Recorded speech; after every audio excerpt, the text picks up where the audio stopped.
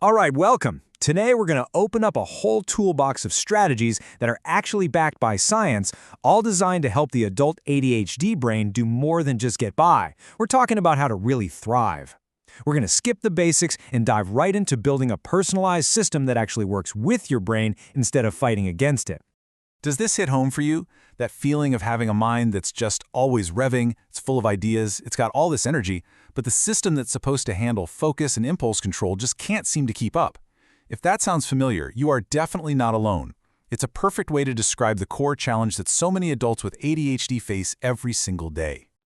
And, according to the experts, that whole race car, bicycle, brake thing, it really boils down to these two core issues.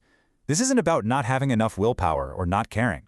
It's about the brain's very unique wiring, which affects everything from, planning a big project down to just managing your frustration in the moment. So let's just completely ditch the idea of trying harder, right? That's like telling someone who needs glasses to just squint a little more. It doesn't work.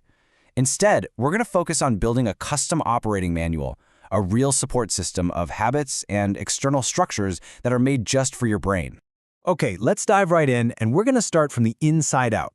Because really, before you can build any systems out in the world, you've got to make sure the engine is properly fueled. We're going to cover the absolute non-negotiables, the biological foundations for getting focus and calm. I love this phrase. It's so simple, but it's incredibly powerful. It points to one of the most effective tools we have to change our brain chemistry, and that's physical activity. You know when your brain feels stuck in a loop or just completely overwhelmed? Sometimes the absolute fastest way out is to just get your body moving. Now, here's what's so fascinating about this. Exercise basically mimics the effects of medication. It boosts your dopamine and norepinephrine, and those are the exact same neurotransmitters that a lot of stimulant medications target. So this makes regular movement, whether it's just a brisk walk or a full-on gym session, a really potent tool for managing your symptoms. And of course, what you eat has a direct line to those neurotransmitters. Keeping your nutrition consistent is just key for that dopaminergic stability. In fact, research points specifically to getting over 300 milligrams of DHA from omega-3s as being a really crucial threshold for improving attention. And finally, for our internal state, we have to talk about sleep. Let's be real, poor sleep makes ADHD symptoms so much worse, from focus to emotional reactions. So prioritizing a consistent sleep-wake cycle isn't a luxury. It's about maintaining the fundamental cognitive infrastructure that your brain absolutely needs to function well. Okay, so now that we've talked about our internal state, let's build on that foundation and move outward. With the engine all fueled up, it's time to build the scaffolding, the external supports that help us manage the chaos of daily life. So one of the biggest hurdles is something called time blindness. And this isn't just being bad with time. It is a documented cognitive issue where the brain literally struggles to perceive time passing accurately. It's why a task can feel like it takes 5 minutes or 5 hours. And it means we absolutely need external tools to manage it. And this is one of the best solutions right here.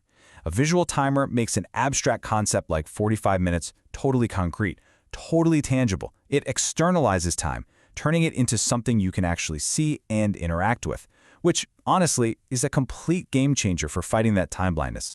You've probably heard of the Pomodoro technique, and it's popular for a reason. It is perfectly suited for the ADHD brain.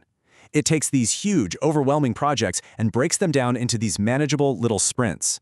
That 25-minute work block, it's short enough to stay focused, and the built-in 5-minute break gives you that necessary reset before you have to dive back in. Think about your brain's working memory like a computer's RAM. With ADHD, it's often running at 100% capacity, just trying to keep track of everything. Cognitive offloading is the simple strategy of getting everything, ideas, to-do lists, appointments, out of your head and into a reliable external system. It frees up all that precious bandwidth for, actual thinking and doing. The goal here is basically to build your own external brain. And look, it doesn't matter if you're all digital with Trello and Google Calendar, or you use a simple notebook. What matters is that your system is reliable, it's simple, and it's something you'll actually use day in and day out. Because the ADHD brain is so sensitive to everything going on around it, your environment can either be your greatest ally or your biggest enemy. Architecting your attention just means you're proactively designing your space. So decluttering your desk, putting on noise-canceling headphones, having a dedicated spot to work, that's not just about being tidy, it's a core focus strategy. Okay, so we've got the internal foundations dialed in. and we've got the external tools. But how do we put all of this together into a personal system that actually works and, maybe more importantly, a system that actually sticks? This slide right here, this captures the entire mindset shift we've been talking about. It's the difference between fighting this exhausting battle against your own brain every single day and instead becoming an architect who designs a world where your brain can actually win. The goal isn't to force focus, it's to create the conditions where focus can happen way more naturally. And please remember this, there is no one-size-fits-all solution here. What works wonders for one person might just not click for you, and that is perfectly okay. The real goal is experimentation. It's about trying these things out, seeing what actually fits your life and your brain, and then slowly building out your own personalized toolbox of supports that you can sustain. So I'll leave you with this question. Forget trying to do everything all at once.